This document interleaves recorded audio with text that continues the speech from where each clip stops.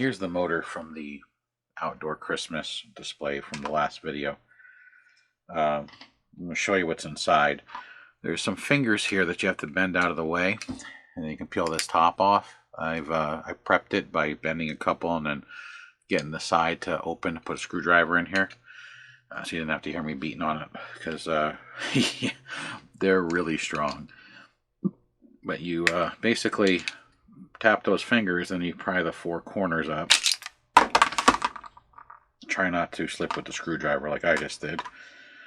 But anyway, on the back side, there's the gear that drives the armature, which is why I'm saying you could technically just take this out. If this has got the same teeth, which it may not because it's different RPM, you can take this piece and then stick it in the other unit, and you would have a the correct armature. There's the inside, where you have a couple of small gears. You have a total of 4 in most of them. So this one right here comes off the motor.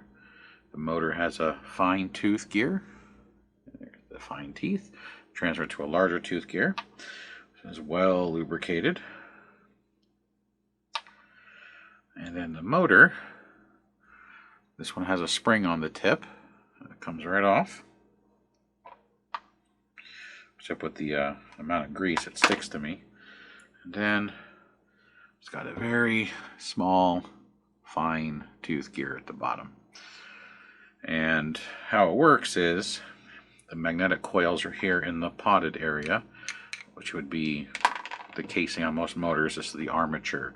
It spins. It's not a very strong motor. I mean, if this is plugged in and it worked, I could literally stop with my finger. But once it goes through all the gear reduction to increase its torque, you can't stop this flat piece. It'll spin in your hands. That's where the gear, well, if you use a tool you could, but that's where these synchronous motors come in, is they take a very small amount of power and make it into a very large amount of power. They have their purposes. There's a lot of synchronous motors and lots of different things that are used in animated houses as well as appliances, etc. They're usually not hard to find. Some of them are, especially since you know, the COVID stuff with supply chain issues. Like that last one where I had to get a 1 RPM basically lower motor. I know in the video I said a 1 RPM faster. I made a mistake, which is in the description that there was a mistake. So the problem is some of the exact ones are hard to find due to the supply chain issues. These all come from overseas. I was trying to see if I could pry this outer casing off, but I think it's going to be too potted.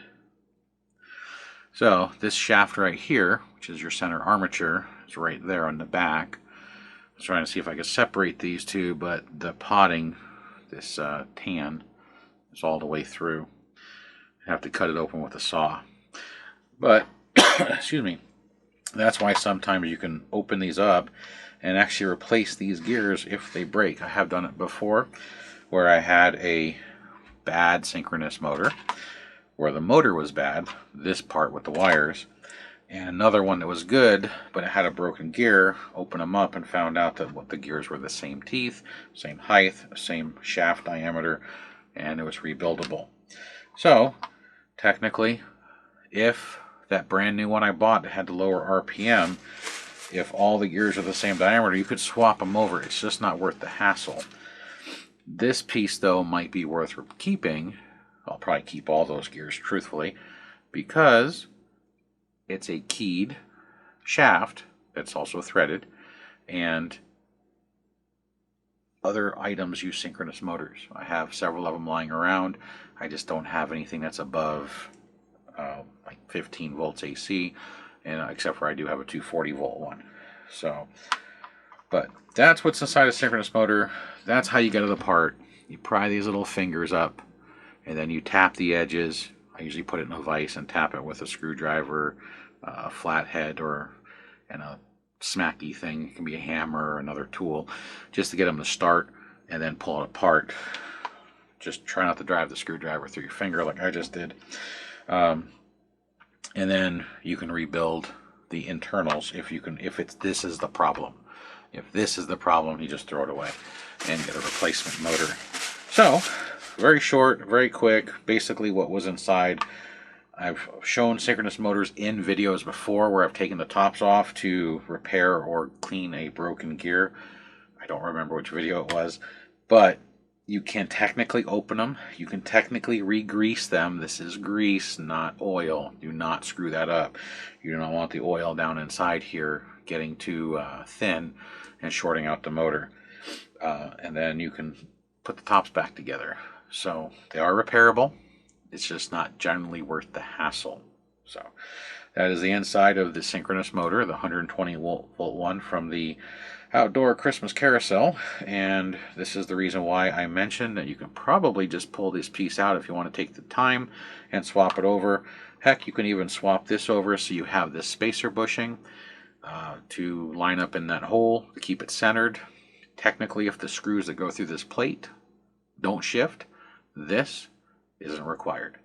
So that is the internals of this synchronous motor. Thanks for watching. Till the next one.